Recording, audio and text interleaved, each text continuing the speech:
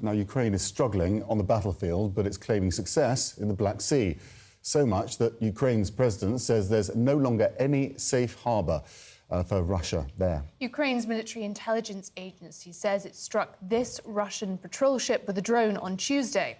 The Sergei Kotov has been the target of Ukrainian attacks before.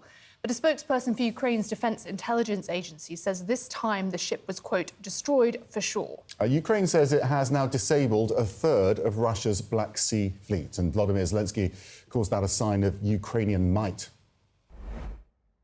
Russian killers will be held accountable, and that's for sure.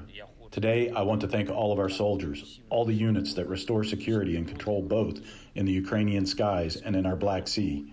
We in Ukraine proved what we are capable of, what power we have. The International Criminal Court has issued arrest warrants for two of Russia's top military commanders. The court is going after Sergei Kobylash, a lieutenant general in the Russian Armed Forces, and Viktor Sokolov, an admiral in the Russian Navy. The ICC says they are responsible for war crimes such as directing attacks on Ukrainian civilians, causing excessive harm to civilians, and for committing inhumane acts, which is a crime against humanity. The court's top prosecutor says it'll pursue justice at all costs. The message is clear.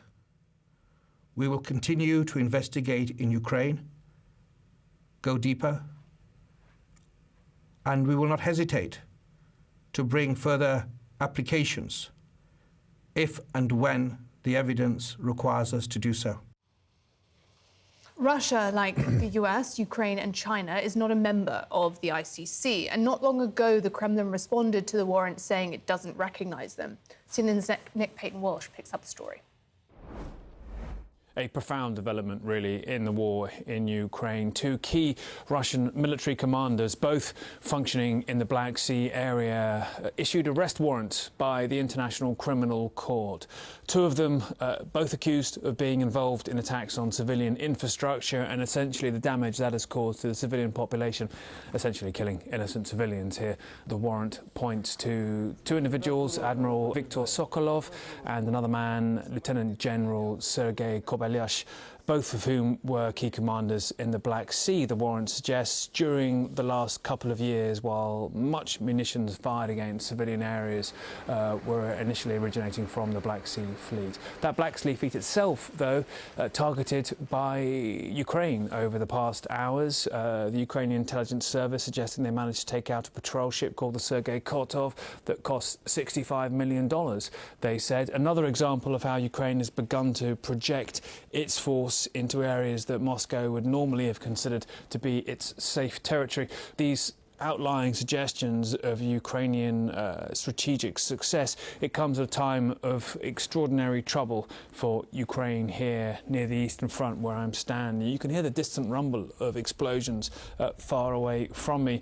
Really, Ukraine is struggling to hold the defensive line it said it would be able to maintain after it pulled out of the town of Avdiivka about 2 weekends ago. Avdiivka had been fought over for months, and Ukraine said that it had voluntarily pulled back. It gave up a number of villages in its retreat, and it said it would hold another 3 villages, those villages themselves under significant Russian repeated persistent assault. Russia able to throw extraordinary resources at these particular objectives, and Ukraine, I think on the best of days, struggling to suggest that it has that fight calmed entirely. It's significant because if we do see Russia continue to put pressure on Ukrainian front lines around me here, there are minimal signs that there is another back defensive line prepared for Ukraine to be able to hold.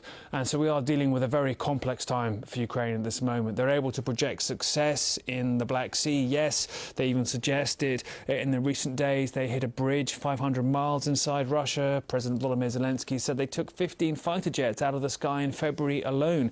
They are doing things that nobody felt they could do at the start of the war, but the one thing they're not able to do right now is hold key parts of the Donbass front line because they haven't got the munitions they need from the West. And that is because of the hold-up in Republican-held Congress. No sign of that changing at all. And we hear from Ukrainian fighters on the front line here that it's simply a matter of life and death until that changes. And already the resurgence of Russia is changing the frontline calculus daily. Nick Payton-Walsh, CNN, Eastern Ukraine. The head of Russia's Foreign Intelligence Service says opposition figure Alexei Navalny died his own death, that's a quote, in prison, as pressure builds on the Kremlin to provide answers about what happened. Yeah, Navalny, a long-time critic of the Russian president, died unexpectedly in prison last month. More than 40 countries, including the US, have blamed Vladimir Putin for his death and are calling for an independent investigation. The Kremlin denies any involvement. And an American detained in Russia says Navalny's death is extremely worrying for him. Paul Whelan was arrested in Moscow in 2018 and is serving a 16-year prison sentence on espionage charges, which he vehemently denies. He spoke exclusively to CNN as he was spending his 54th birthday in prison. I can't say too much for obvious reasons, but one thing I will say is that if they can get to him, they can get to me.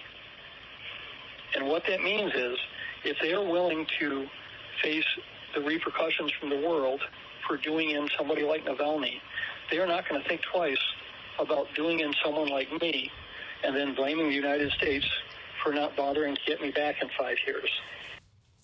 The US State Department says Whelan has been wrongfully detained.